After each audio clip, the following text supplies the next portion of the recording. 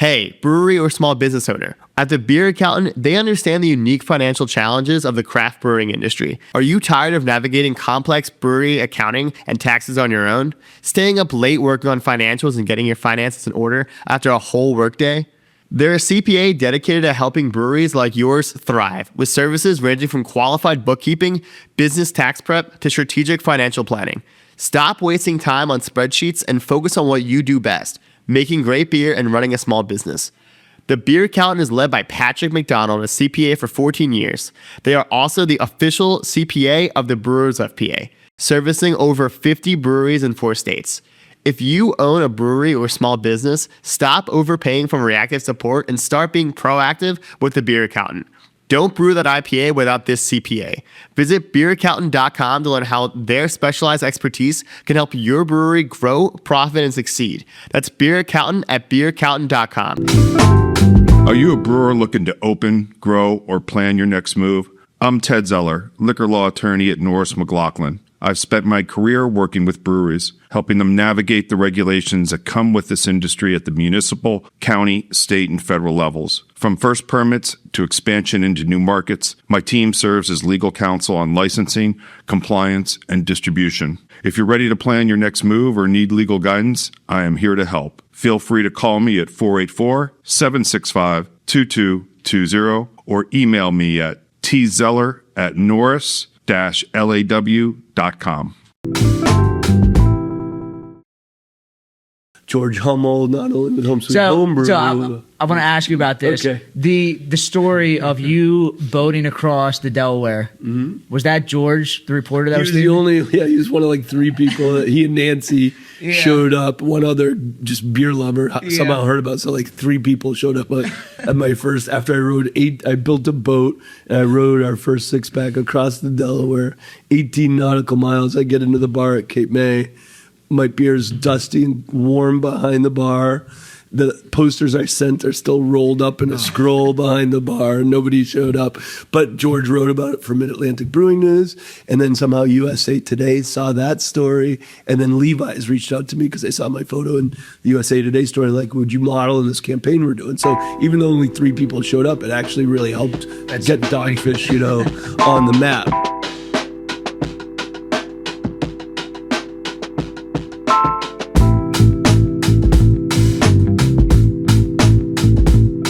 Welcome back to the BrewedAt podcast. This is episode 100. Yeah, this is a fun journey. Yeah, Digits, boys. yeah, we've made it.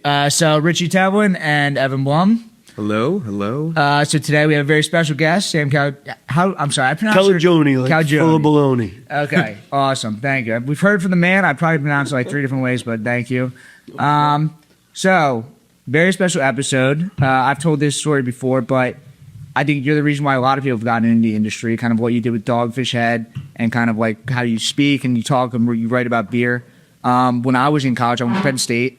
I think that you are part of the curriculum now in the business school at Penn State. Wow. Because as I was going through, your book, Brewing Up a Business, had just come out, and all my professors, it was like part of the reading material. Because we were like learning about different things, and they were. What was your major that the classes were? Business management. Yeah. And it was kind of like, what is happening, and we were like reading your book as far as like, things that were happening in class, relating it to your book. Nice. I think my professors really liked you and Dogfish Head, so like that's why I pushed it on us.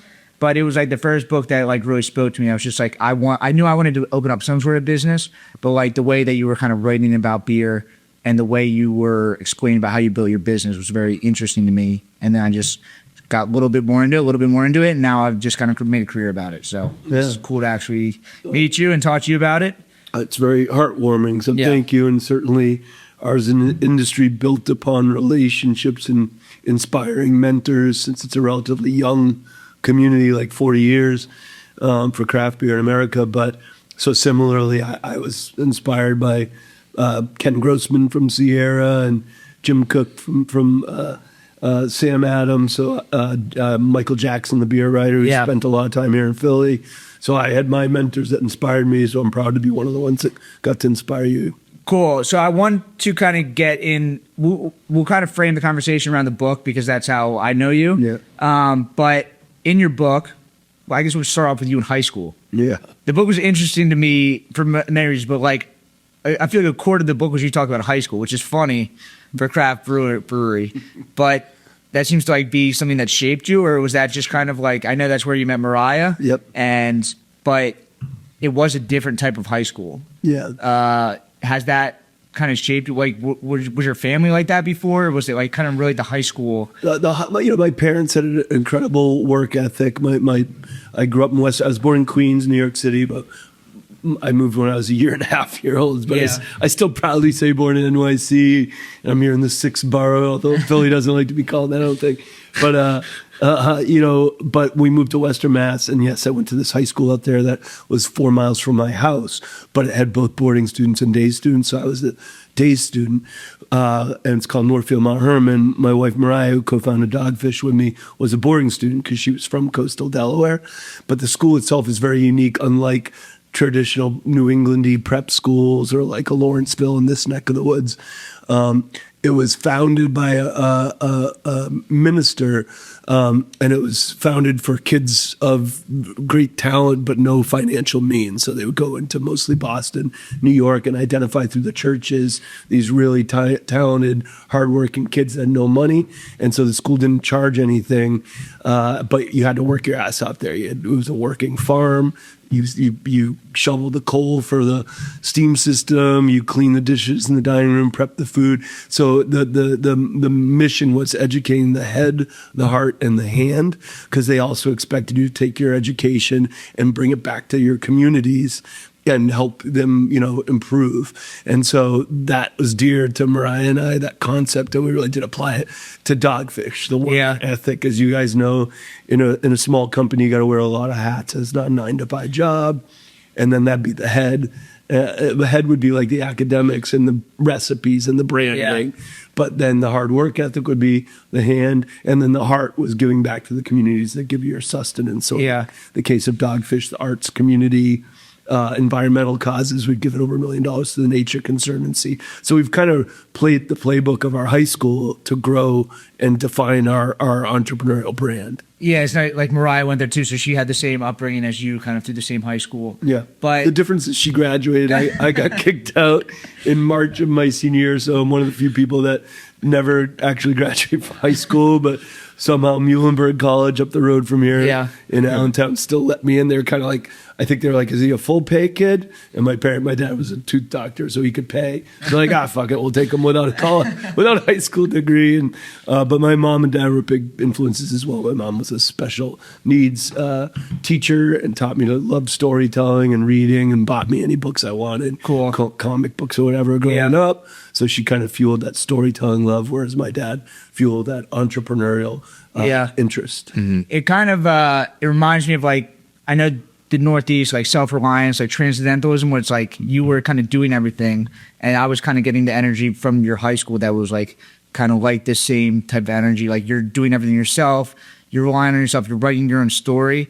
And I thought that you've been able to like talk about yourself throughout your whole career. Like, has that always been a part of your story? Like, were you kind of writing it as you were going? Yeah, I mean, I would say, I went to when I went to Northfield Mount Hermon, that's kind of when I fell in love with storytelling and kind of started trusting my creative instincts. Yeah. And first time teachers were like, you're a really good storyteller, but in your short stories and blah, blah, blah, but you're using your powers for evil on campus. You're coming up with these stupid fucking ideas, getting kids in trouble. You have leadership capabilities, but you're leading them towards disaster. And then in college, I kind of honed that a little better and focused on creative writing. The day after I graduated from college, I moved back to New York City with the goal of being a writer. And I started taking classes at Columbia in their MFA program. But to earn my rent, I worked at a first-gen craft beer bar in the mid-'90s. Yeah. Kind of like maybe the equivalent of what Monk's would be today in Philly. Mm-hmm. For the Upper West Side, there was a place called Nacho Mama's Burritos, which doesn't sound like a beer bar, but the owner was only like 4 years older than me, and that's where I cut my teeth on Chimay and Sierra, etc. And that's where I started to see that I was a good writer in that Columbia cohort, but I was not world class to write poetry or novels. But I saw that I could maybe apply my love for storytelling to try and write stories of unique creative beers and a business plan and tell the stories of a brand. And that's really when I shifted direction and started working on the business plan for Dogfish. To your point in the Transcendentalist, the first page of the business plan was a quote from Emerson that's still writ large on all of our different buildings. I won't read it all, but at the heart, it's about going on this exploration of goodness instead of following the status quo. Because the second page of the business plan said, Dogfish Head is committed to being the first commercial brewery in America to brew the majority of our beers outside the Reinheitsgebot using culinary ingredients. And that was true when I was writing the business plan as a 23-year-old, and it's still true today as a top 30 craft brand that the majority of our beers are brewed with ingredients outside the Reinheitsgebot. So I know, like, your first craft beer was this cherry beer that you made. Oil, yeah. Do you think that just brewing that beer had this idea that you wanted to use different ingredients? But like, what was the idea of using different crazy ingredients and different techniques and everything? Yeah, that was the epiphany moment. I was walking home from buying a homebrew kit in 1992 or so, no, 1990. And myself and the owner of that bar went to the same only store in New York called Little Shop of Hops that sold brewing equipment. And he walked to the Upper West Side where he lived. I walked down to Chelsea where I live with my roommates. And on my way, as I was walking into Chelsea from Midtown, there was a bodega selling half-price cherries that were all mushy with flies all over them. And I was like, fuck it, I'm going to buy those and squish them into the pale ale recipe I just bought. And the beer turned out beautifully. My next two batches sucked as home brewers listening. Yeah. But I stood up on my coffee table as we drank the first home brew and told all my roommates, this is what I'm going to do in my life. I'm going to open a brewery. And they're still my best pals. So weren't they like actors or something? Yeah, they're all they were when we were living together in New York. They were just starting a show called The State on MTV, which was a comedy show on MTV. But David Wayne and Ken Marino, Joe Latruglio, the short cop on Brooklyn Nine-Nine. Yeah, those were all my roommates, and they were there that night I first served the beer, and we stayed great friends. And were they in Columbia with you, or how did they all met at NYU? Okay, and then I moved there the year after they and I graduated right after, cool. And we all got apartments together. Yeah, awesome. And then how long did it take you from like you homebrewing to like writing the business plan, then moving down to Delaware? Was that years? It took me two years from when I wrote the business plan in New York till when we opened in Delaware. Okay. So I think I was 25 when I opened Dogfish and 23 when I decided I started writing the business plan. Yeah, and you guys started off a brew pub, right? You guys were making food? Yeah, and still are. And so we, kind of the holy trinity from day one was original beer, original food, original music. Yeah. So, like a lot of bars here in Philly or certainly at the beach, there's a lot of cover bands, and we wanted to stand out from that. So we would book, we would find these random, I was a big music head, DJ in high school and college. So I'd find these bands that I loved, and sometimes they would crash and burn, suck, or not show up or whatever. And sometimes, we did the Strokes play our stage, Deltron 3030, Guided by Voices. This is when you were just a small brew pub? Yeah. And we went after it and spent a good amount of money to get some great artists, Jonathan Richmond, to play our stage, and then soon started collaborating with musicians as part of our work as a brewery. So music's as big of a passion for us as food and beer. Nice. And you are a great public speaker. Were you getting in front of your customers like all the time and talking about it? Like, has that always been a part of your business plan, and you kind of get in front of everything? Yeah, I got to give my wife a lot of credit here. If I'm probably the analog face and voice for Dogfish, although I was singing last night, I lost my voice. But and whereas my wife's sort of the digital voice of our company. And she was really smart in 95 when we got dogfish.com as a domain name. Yeah. And as soon as she started really fueling getting our content out into the early version of the internet, which quickly got amplified by the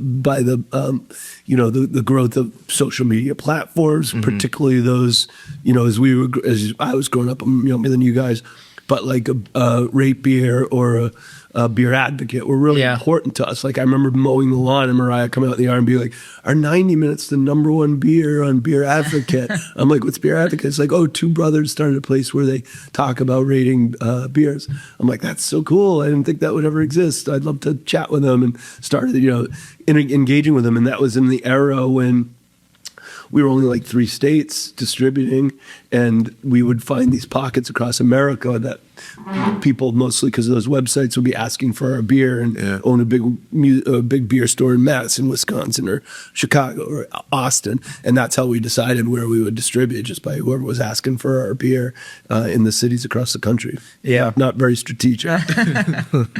What was the beginning of distribution like? I mean, you guys started off as a brewpub. How quickly did you guys jump into, starting in Delaware and then expanding that? And what was the first expansion like? We started in coastal Delaware. We were in 1995, and we opened literally the smallest commercial brewery in America. So for context for your listeners, in the era we opened, there were 600-ish breweries in America, and now there's about 10,000. So it's exploded. How big was your system? 12 gallons I could yield. How did you do that? Were you like having to sell other people's beer? Was it just like everyone has to go home like at 8 p.m. Stop drinking. Don't drink so much. No, I would brew 2 to 3 times a day, 5-ish days a week. So I'd have 3 12-gallon fermenters going most days, and then waddle them into the cold room and transfer them into a side Hot Stevens keg and put them on tap behind our bar. So we were really busy until we built a 5-barrel brewery after 1 year open out of used canning equipment, direct fire, just MacGyvered a 5-barrel system, that got us a little bit into more normal scale brewing system, right? Yeah. And then we started making money, because we were pissing in the wind at 12 gallons per batch, Yeah, it's pretty tough. And your book was it was cool. It was speaking my language, where it was talking about like sales strategy and like the mindset you have to have as like an entrepreneur, but there wasn't much in the book as like production. But you guys were one of the fastest growing breweries in the country from multiple decades. Mm-hmm. Like how was that process like? Because you are so out there and sales focused and like recipe development and kind of creating the brand, but like building that beast of a brewery must have been like a whole career unto itself. Like what was that like? Were you more involved with that? Did you have people come in early on that were like kind of production focused? Yeah, I mean, as I said earlier, when you're an entrepreneur, like we all 3 are, you have to wear a lot of hats when you start up, because you don't have the resources to pay the right amount of people that the actual work really deserves. Mm-hmm. But I think there was that scale. It's a choice whether, if they want to scale. The ones that I've seen, entrepreneurs regardless of their industry, that are successful, one of the key traits I think they share is they have the humility to understand which of the 7 hats they're wearing fit them well and they're good at wearing it, and which ones are uncomfortable and they suck at it. Yeah. And they find people with complementary talents to theirs to give the hats that would fit better on those other people. So in the case of Mariah and I, Mariah is really good at digital and social media, and better than me at the finance. She did the books to start with, but we both sucked at HR. We sucked at legal. We sucked at, scaling production. So, finding really talented brewers, distillers, engineers to help us grow, who had different skill sets than Mariah and I, and incented them properly to go on this journey with us over a long time. And it's not like today you can go out and you find brewers with brewing experience. Like I'm sure back then it was like a lot of people like no brewing experience. You got to train everybody up from the ground up. Yeah, and we've been lucky that we've had like a good mix of both. Academic trained brewers that might have gone through UC Davis or a Siebel program, and those that, like me, just started as home brewers. And I've always intentionally, one thing I had kind of stayed on with production, like I can't make beer on any of our systems bigger than the 7-barrel. We have a 5, a 7, a half barrel, a 1 barrel, a 100 barrel, and a 200 barrel brew house. I don't know how to brew on the big ones. Way beyond my skills. But I still stay involved in the mix of our brewers, so that there's some that are academic and some that came up through home brewing, so that neither side of the brain wins, because we try to do a lot of things that have not been done in beer before. And I found that if you had too many of those academic people, they'd be like, show me where in a brewing book this has ever been done successfully. And whereas the home brewers like, fuck it, let's try it. I don't care. So having that mix of the academic sciencey, right brain. smart, has very much served us well with the awesome people that Mariah and I were able to entice to become our co-workers on the journey. Cool. And then your distribution at that point. I know in the past, like Eddie Friedland was the distributor. He was out last night. I hugged it out with Eddie Friedland last night. He still looks the same. His name comes up like every 3 episodes. He's amazing. I think weed's keeping that guy young. It's not just the beer. He's an amazing, touchstone for the Philly beer community for sure. Yeah. Was Philadelphia the first real expansion that you had? Yeah, I mean, you mentioned we started with a 12-gallon system. Year 2, we built a 5-barrel, and that's when I built a 2-head bottling line. This is before cans were cool. Yeah. And we were just hand capping with a homebrew capper with 2 fills for... like wine bottle fillers? Kind of like, more like a pimped out Blinkman, because it was counter fill. Yeah. I mean, counter pressure fill. Yeah. And then I just had a homebrew capper on this side, but Got it it. filled 2 22s, and then I would hand cap. And then we would take us 10 hours to do 100 cases. And then we put them in my pickup truck. I was the only sales guy, and I would drive to DC, Baltimore, Philly, to Friedland's, etc., and to start our journey. So DC, Baltimore, Philly were really first, and we're so lucky. I mean, people are like, how the fuck did you build a multi-100,000 barrel brewery in rural coastal Delaware? You're nowhere near a city. And that's true. I get to live at the beach, and it's about as dressed up as I get. But where I am in coastal Delaware is a 2-hour drive, almost exactly from downtown DC, Baltimore, Philly, and 3.5 from Manhattan. So it's actually a really nice radius to hit all these big cities in. Yeah. And what were sales like at that point? Were you going directly into bottle shops and beer distributors and selling it, or was it really you had to go into the bars first? Because this was so early on, you were kind of convinced people what craft beer even really was. Yeah, and while I wasn't alone, I want to give props to like Carol Stout and Tommy at Yard started right when I started. Bill at Victory started, and so that we had a nice group there that kind of was the class of 95 through 97. The Trobe brothers, part of that too. So we were all kind of on the streets together talking about local craft beer. And as you guys know, this city, just like it was an anomaly. It just outpunched its weight in beer passion, particularly compared to DC, Baltimore, and even New York City, I think, for a while. Yeah. So I was really lucky that we were embraced as a local brewery, because we were an hour and a half down the road, and that really helped Dogfish get established. We've heard, what's his name, from Ken and Brewfest? Jeff Norman. Ken and Brewfest. Yeah, he told us like back in the days, it was like Tom from Tom Kehoe, it was like Bill and Ron were like literally at the fest, and he's like behind her booths. Yeah, he's just like if you were able to like look back at like what that was, it was like kind of a very special moment of like getting everybody out there. Well, we talked about like kind of the Philly beer scene when it started. Everybody kind of had their angle. Like Tom had the English ales, you had the IPAs, Bill and Ron had the lagers, Iron Hill had the brew pubs, and it was kind of like everyone was kind of doing their own thing. Yeah. But like they talk about like how special it was in the Philly beer scene at that point. It was, and the publicans were a big part of it, as were the media. Yeah. I'm glad you guys are keeping that tradition going, but George Hummel, not only with Home Sweet Homebrew. So I want to ask you about this. Okay. The story of you boating across the Delaware, was that George, the reporter that was the only, he was one of like 3 people. He and Nancy showed up. One other just beer lover somehow heard about it. So like 3 people showed up at my first, after I built a boat and I rowed our first 6-pack across the Delaware, 18 nautical miles. I get into the bar at Cape May. My beer's dusty and warm behind the bar. The posters I sent are still rolled up in a scroll behind the bar. Nobody showed up. But George wrote about it for Mid-Atlantic Brewing News. And then somehow USA Today saw that story. And then Levi's reached out to me because they saw my photo in the USA Today story. Like, would you model in this campaign we're doing? So even though only 3 people showed up, it actually really helped get Dogfish, on the map. But George was not only running the homebrew store, but he was a writer for Mid-Atlantic Brewing News. And those those kinds of publications, Yankee, and Ale Street News, they were really critical to that second gen of craft brewers that you mentioned. Yeah, like the newsletters that were going out back then. They'd be at the end of the bar, at the Trocadero or Monk's or Fergie's, and you could buy these, or you just get these local beer mags, and that really kind of just when the internet was going off, that was the other way we all found out, not only about the other brewers, but what other good taverns cared about craft beer, and that was our hunting list. So I would drive my pickup truck or 3 years in my box truck up to Friedland.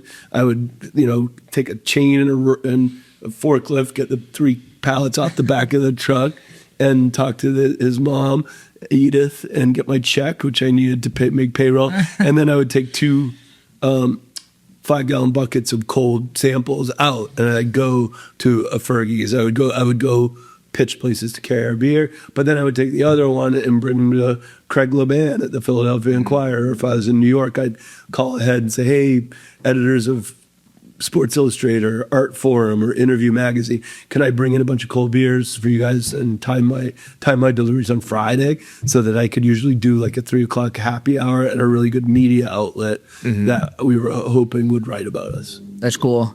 And was that kind of the plan when you first started? You would do these different events? Because it seems like now, like the era of people trying to do unique events has kind of gone away.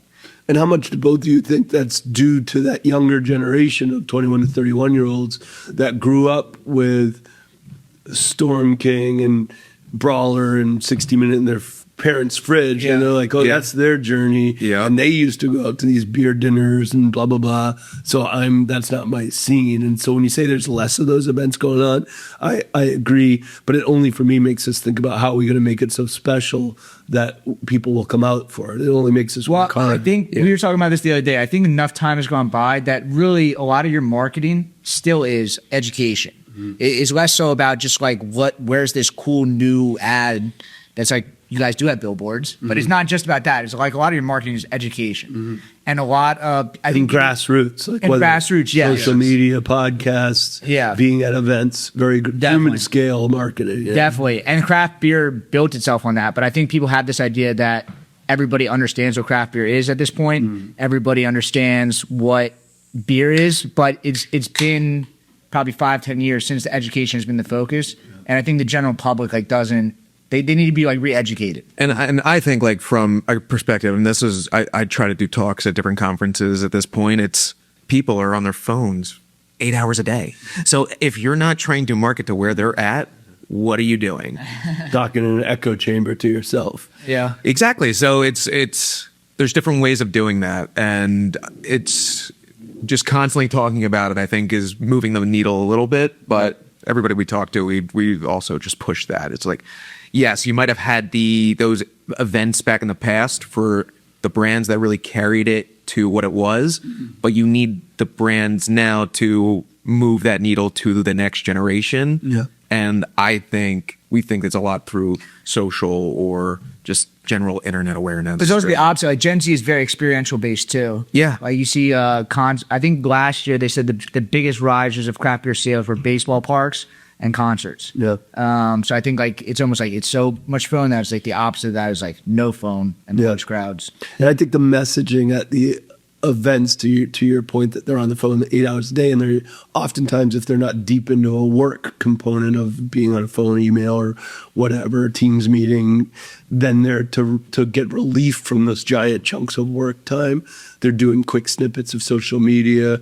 And so, for example, we don't do a 4-course beer dinner at a restaurant that takes 4 hours anymore. Yeah. But instead of investing all the resources into a tour of beer dinners like we would have 15 years ago up and down the East Coast, we partner with someone like Touch Tunes that we know, and we target through their list. So that's a big digital jukebox company that bar publicans install the hardware and speakers and have this platform. So we invested in the states that's legal to be able to buy guests that walk in that are having our Grateful Dead Dogfish beer or Sea Quench. They can earn free plays on that platform. So for us, it's a way that's quickly getting to a younger audience that doesn't want to be for 4 hours talking about beer. They want to be sipping the beer and maybe listen to some music in the background. And they might enjoy the beer just as much as the 55-year-old that wants to go to a beer dinner, but they want to enjoy it in a different way without it consuming the oxygen of the whole experience of the room just about the beer. The beer is just part of the experience, as you mentioned. Yeah, that's so well said. Yeah, it's cool to it's really cool to educate our listeners that are around and trying to push that sort of like what other opportunities or ways are you trying to do it. Craft beer is a lot of just in and itself, but it's like how do you break out of that group? And I think it's gotten a lot to that. But something like that, Touch Tunes, is huge, absolutely huge. So being able to like work on a way that's not just beer focused, it's a part of the conversation is.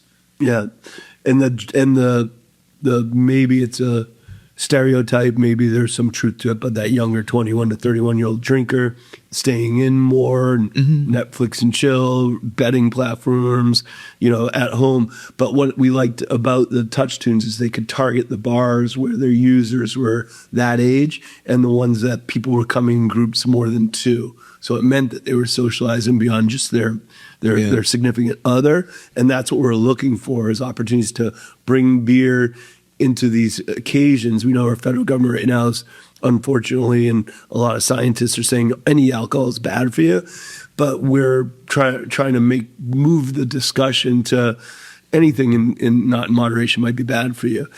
And you're only talking about the physiology, effects. And it can be argued 2 drinks a day versus none, which is better long term. Different societies have different views of that. But we can't deny is that there's a physical sort of fitness component of it, but there's also a social fitness component of it. And that's where beer really shines, as a drink of moderation, but also as a catalyst to get people off their couch and bring them out into a third space, like we were at Brooklyn Bowl singing, dancing our asses off last night. Hundreds of brewers, obviously it's CBC, but the coolest part for me was watching brewers I know didn't know each other, or salespeople or media people, that after a little liquid courage, going out and being comfortable, being uncomfortable in these social settings. I think that's a lot of what the 21 to 31s that had to live through COVID, that skill set got a little repressed, and beer can be a great way to get folks out into their comfort zone, Yeah. New Belgium, Stone, Sierra Nevada. What do they all stand on? Cascade Floors. Family owned and laying down brewery floors since 1971, Cascade builds urethane epoxy and polyester systems engineered for exactly what a brewhouse throws at them: thermal shock, caustic washdowns, forklifts, and constant abrasion. Cascade floors and walls stay sanitary, slip resistant, and standing for years. With a Philadelphia-based rep and breweries served across 25 states, Firestone Walker, Ballast Point, Russian River, Cascade is the crew that the best in the industry already trust. For floors that work as hard as you do, call Cascade Floors at 503-769-6823 or visit cascadefloors.com. So speaking of being a little bit out of your comfort zone, at some point you just became on this meteor rocket ship of public knowledge. You were on the Martha Stewart show. You gave TED Talks. You gave talks at Google. Like, when did that happen? Like, when did you become like a national name? Was that just parallel to the rise of craft beer, or was it something? Was it the book coming out? Was it something that happened at Dogfish Head that you just started becoming everywhere? Yeah, I can't point to a single moment, but like what I would visually liken it to is like I drive into the Dogfish Brewery in Coastal Delaware now, and I go buy 1,200 barrel outdoor tanks. And remember, so I started with 12-gallon tanks. We have 1,200 barrel tanks. And I'm like, holy shit, those are giant. Even now, 56 years old, I'm like, oh my God, I've been doing it for 31 years. I've never had another job. But it wasn't like we went from 12-gallon tanks to 1,200 barrels. There was 5-barrel tanks in between, 7s, 20s, 30s, as we incrementally grew. Yeah. Similarly, I feel like, yes, if you look at the 31-year history, we kind of outpunched our weight in every era for the media we were able to garnish, whether it was TV shows or books or movies or whatever. but they were all just like incrementally helped. There wasn't like one moment that was just like, holy shit.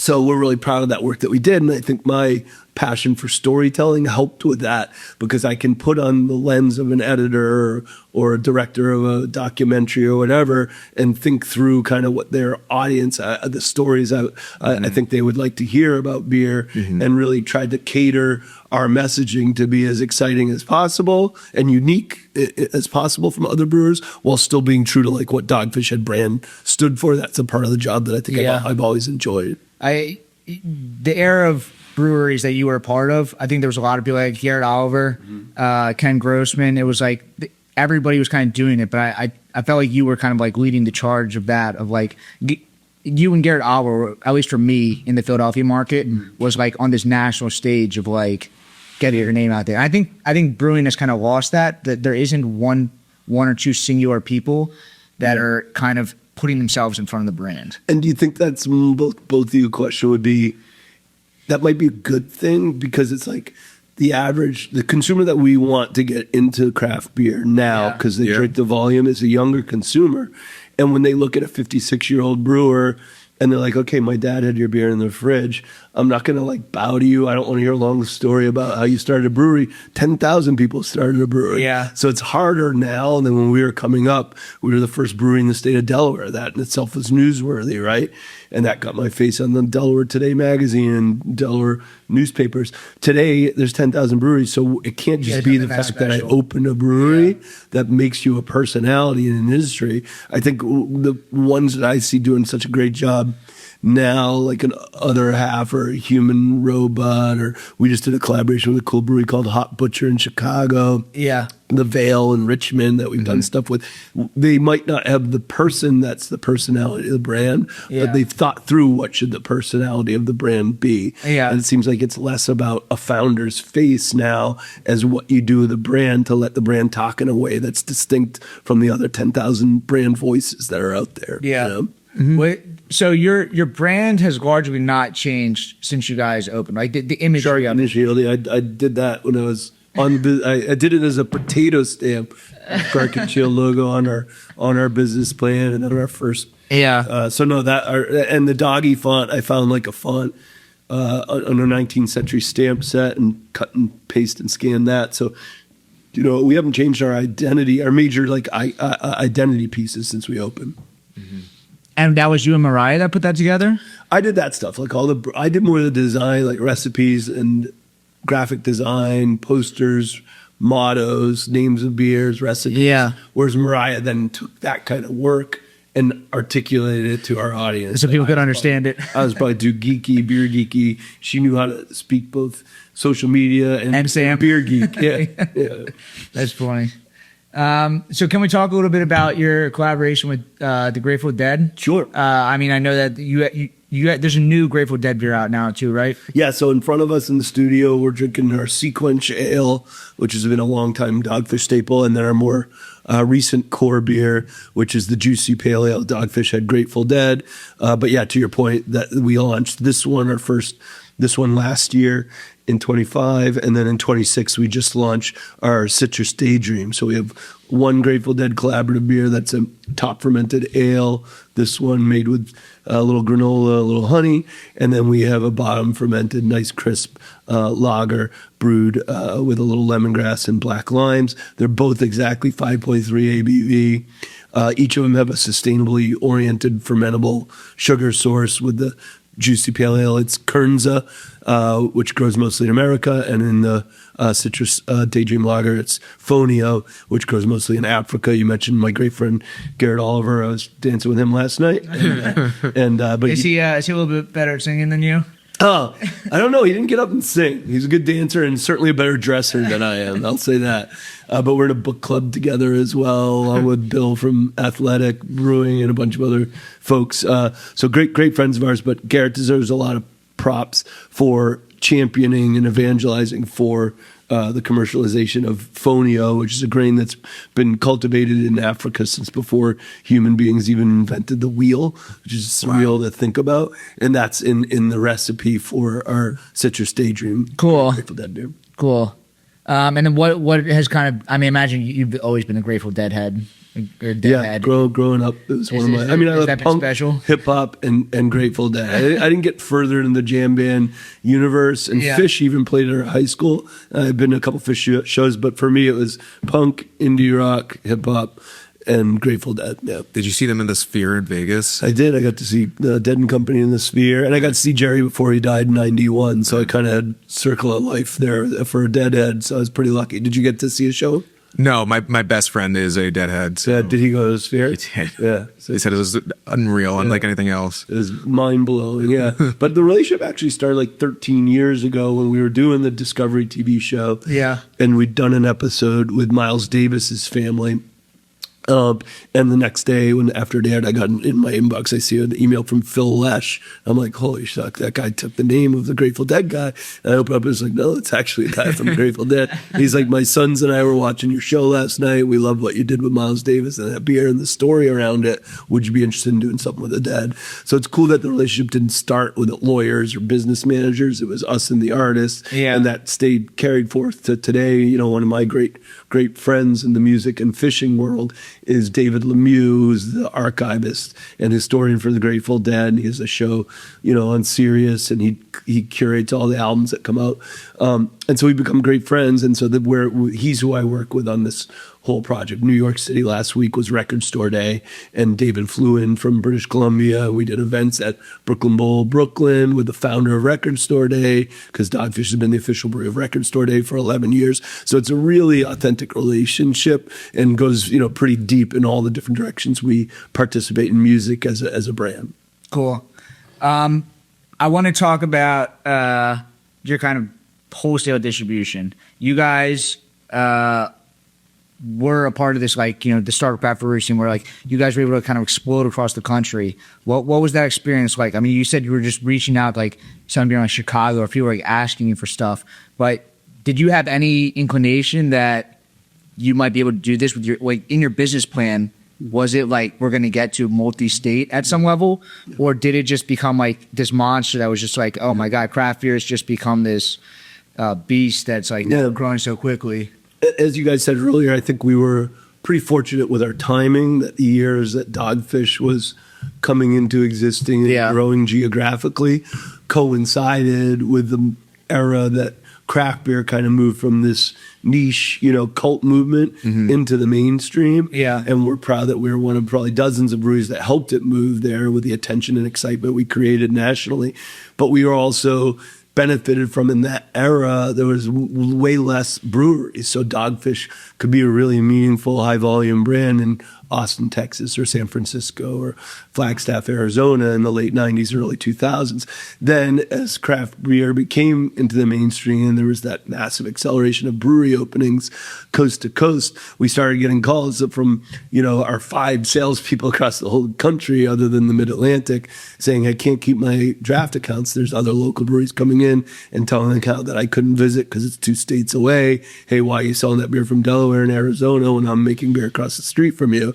And that message became more prevalent and impactful on our trends outside of the Northeast, I would say. And so Mariah and I were kind of faced with that decision to either retract our geography, and my buddy Rob Todd kind of did that for Allagash, pulled out of a bunch of states, or merge with another Indian American craft brand that had real infrastructure of salespeople coast to coast, real marketing capabilities, etc. So we only really met with a few bigger than us indie craft brands, one of which was Sam Adams Boston Beer. And about 7 years ago, we merged our 2 companies, mostly because of that reason. We saw how complementary Jim Cook and I, our portfolios were, with them so good at lagers and cider and tea, and Dogfish so good at canned cocktails, sours, IPAs. They were more complementary than competitive. Yeah. Whereas if we'd done a deal with, like, say, Sierra Nevada, 2 IPA-centric breweries would have a lot more friction in their portfolio. Yeah. Plus just the culture of Boston beer and how they're people first and really take care of their people was much how we approached what we did at Dogfish. So that was just a great marriage. But the benefit for Dogfish was there was a lot of salespeople, over 100, outside of the area that's our backyard. Yeah. And keep us relevant nationally, which, as you know, is getting harder. And it's a publicly traded company. It's like a publicly traded much different game, I'm sure. Yeah, and so it meant also for us that, Mariah and I were pretty careful with our own money, and we had years of great growth before the merger. So financially and saving for our kids in college, we were already in a good place before we decided we'd be better off merging. So we were able to tell Jim, we don't even want any cash. We'll just take stock. We'll figure out what the value of Dogfish is, and whenever we figure that out, we'll just take that value in stock. So it didn't mean a cash outlay for them either. It meant stock, which is obviously valuable. Cool. But that helped make the deal more, sustainable. Mm-hmm. But when you mentioned distribution, just to circle back on that, what we underestimated was how hard it was going to be to get our beers in the states that they were not in the same distribution network with Boston Beer into the distribution network of Boston Beer. Mm-hmm. Some of those distributors, the giant black box that is wholesale middle tier, is like so confusing. Yeah, and so competitive that a lot of them were just like, I grew Dogfish here in Texas, or I grew Dogfish here in North Carolina. I'm not giving it up. You can't even tell me a number, competitor, distributor across the street that I'll take. I'm just, out of pride, going to keep Dogfish on my island and not let it be with the rest of the Boston Beer portfolio. Yeah. And that happened in maybe 5 or 6 markets, and we navigated it. But contrast it to the news. I just read our trade rags this morning or last night where Firestone, Duvel bought Stone, right? Mm-hmm. And they're saying, at least publicly to start with, we're not going to touch the different distributors that we're with, because it is a hard thing to do, is to align distribution. Like, forget about the money. You've been around for so long that, like, they have grown with you. Like, their careers have been built off relationships and, like, friends. It's your baby, but Dogfish has also become everybody else's baby as well. Yeah. Just with, like, the brand and, like, the company that you've created. That's kind of part of it. Like, it's hard. Like, I was in a gym at the National Beer Wholesalers Association meeting a few months ago, and on a rowing machine across the room, I saw our old Rhode Island distributor, who was a personal friend, and he invited me to speak at his family's retreat and but we had to move in that state. Yeah, the state we could move, but we just respect each other and hug it out. But it was bittersweet. He helped to grow the Dogfish brand. How has your role changed since you've taken over? Is it still you're just entirely focused on Dogfish Head? No, I mean, I'm probably 70% of my work time focused on Dogfish related products. But part of that is because once we did the merger, Boston Beer, Jim, myself, the other leaders saw that the opportunity to turn the Milton, Delaware Dogfish Brewery, which is very modern but relatively small compared to the Sam Adams Brewery. And there's levels to this. Or the one in Cincy. They're big but more antiquated equipment. And we saw that we could take Milton, Delaware, and because I wrote the legislation in the state, like the brewing statute, the distilling statute, I wrote them to be very friendly to the makers in the state, in a small state. So we had the ability under one roof to make distilled spirits, cocktails, teas, ciders, wine, beer. Most states don't have that. You have one license. Yeah. So that was a benefit of opening as the first brewery in the state. I could write the rules, right? And so now Milton, Delaware is the R&D hub for all of Boston Beer, not just Dogfish. Oh, wow. So I get involved in these small scale projects like Sinless, which is, like a low carb vodka based drink. It's nice because I still stay very involved in R&D, but I can do it across all our brands. And I would say of our national brands, I spend more time most on Dogfish, second on Sam Adams, a little bit on Angry Orchard Cider. Yeah. But I don't do much at all with Truly, Sun Cruiser, or Twisted Tea. Yeah. Mm-hmm. What are your thoughts on, there's a lot of brewing purists that are like, they look at RTDs and some of these other brands of like the devil. Mm-hmm. And these people have kind of gone this way because they've listened to you wax on about beer and like kind of create literally the industry and the culture and the the lifestyle that kind of is modern craft brewing. But like, what are your thoughts on kind of bringing that in? Like, we talk with what's his name, Ted Zeller, with the Brewers Pennsylvania. He's the general counsel there. But kind of connecting like breweries, distilleries, kind of combining all brands kind of under one thing. And was he like an advocate for breaking down those categories, or what? He was kind of like, there should be like common sense alcohol laws where it's like kind of like everyone is doing. It's more ABV based. That's the idea of it. Then whether it's spirit or malt or Correct, yeah. So Yeah, but just having an open mind to like craft beer is not just one specific thing. There's like there's different things that are like craft beer is like a hard thing to say because like what makes it a craft beer? Mm-hmm. You know, like you know if you're going in with a mindset of like you're trying to be thoughtful and doing stuff with some of these RTD brands, like what truly is the difference between an RTD, a distilled spirit, and a brewed beverage? Yeah, I mean, for our whole mission, when I mentioned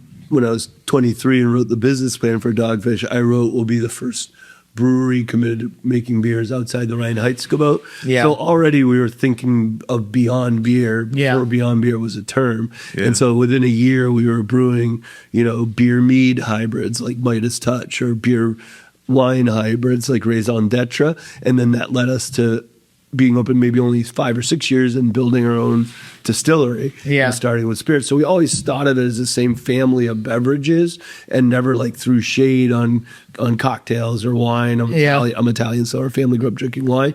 So I've always like thought about beer and Beyond Beer as one creative palette that you could go in different directions on versus, being on the camp that's only beer. Yeah. But then you look at a brand like Trumer Pills, they make like one thing, or Yingling. And I have equal respect for them on their journey that we're like beer purists and we're staying with that. So it's different journeys for different brands. Trumer just got acquired by Firestone too, right? I think so, yeah. Yeah, that's very exciting. Yeah. All once. Yeah, that's true. Duval's gone on a run here. Yeah. Kind of crazy. So what's next for Dogfish Head? What's next for you? Is kind of your days now just spent doing like marketing? Beautiful sound. Gotta get the ASMR right in the mic. So I'm lucky when I mentioned that as an entrepreneur, when you start out, you got to wear a lot of hats and some of them don't fit you well. That was also definitely a driver for Mariah and I to do the merger with Boston Beer. Because while Jim Cook and I have the same title and same salary, he has more voting. He has the voting stock in our company. So it was a massive leap of faith for me to take what we had as a family company where Mariah and I could make every decision ourselves, and we would. I mean, you've never had another job. This is like the third job you've ever had. The only job I've ever had. So it was a massive leap of faith to go from being my own boss my whole career to technically Jim Cook can outvote me even on a Dogfish decision. But I trusted him, and I trusted the leadership team he built around him, and he's like, what do you think, Sam? If it's something that gets to a level where it's like, it looks like Sam's in a different opinion of this than us.